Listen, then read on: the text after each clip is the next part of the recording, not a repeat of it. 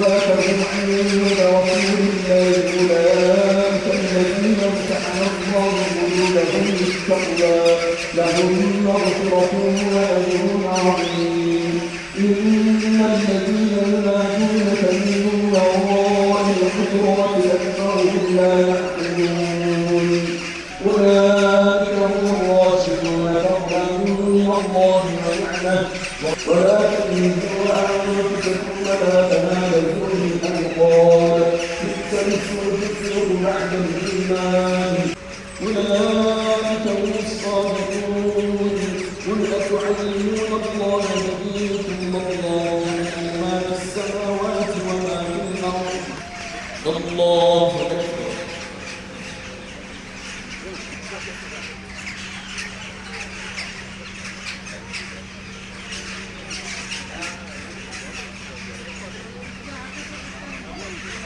السلام عليكم ورحمة الله. اللهم أنت السلام ومنك السلام.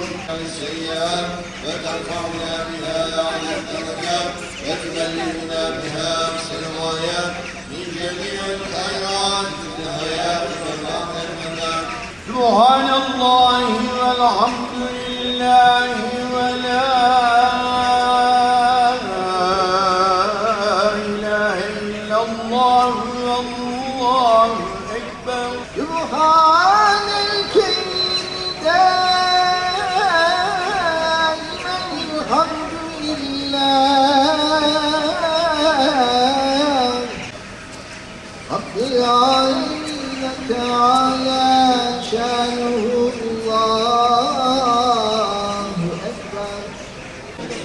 Kardeşlerimiz bizi bu sabah namazında dediler ki Eyüp Sultan'da Hz. Halid Efendimiz'in dizinin dibinde buluşalım da duaya ellerimizi kaldıralım. İçimizdeki sabi çocuklar hürmetine, deli bükülmüş ihtiyarlar hürmetine, duasız direkt Allah'a ulaşan mümin, muvahhid kullar hürmetine dualarımız kabul olur da Allah bu zilleti üzerimizden kaldırır ve her birimizde o cihat ruhuyla zalimin, hainin, kafirin, siyonistin karşısına dikilir ve inşallah İslam ümmeti tekrar birilir de bir Selahaddin gelecektir. Ömer gibi tekrar Kudüs'e gireriz. Ümmet-i Muhammed olarak iyiliği sağlayabilmeyi bize nasip eyle. Ya Rabbi, İslam ortak pazarını, İslam ortak ordusunu kurabilmeyi bizlere lütfeyle Ya Rabbi. Ya İlahel Alemin ve Ya Erhamer Rahimin. Ya İlahel Alemin ve Ya Erhamer Rahimin. Bizlere kendi katından Ümmet-i Muhammed'e fetihler ihsan eyle. Cihad ruhunu daha canlı tutabilmeyi bizlere nasip eyle. Ya İlahel Alemin. Kalplerimize sekinet ver Ya Rabbi.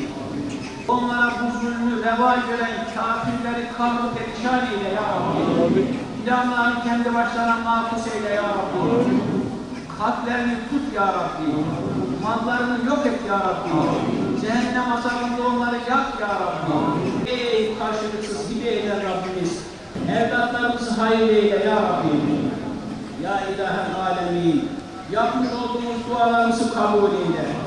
Allah'ım salih evlatlar olarak verdiğimiz sadakaların sevaplarını, okuduğumuz Kur'an-ı Kerimlerin sevaplarını, yapmış olduğumuz hatimlerin sevaplarını Ya İlahel Alemin, başta Peygamber Aleyhisselatü Vesselam Efendimizin ruhuna, diğer Peygamber Aleyhisselatü Vesselam Efendilerimizin ruhlarına ayrı hediye-i vasıl eyle Allah'ım.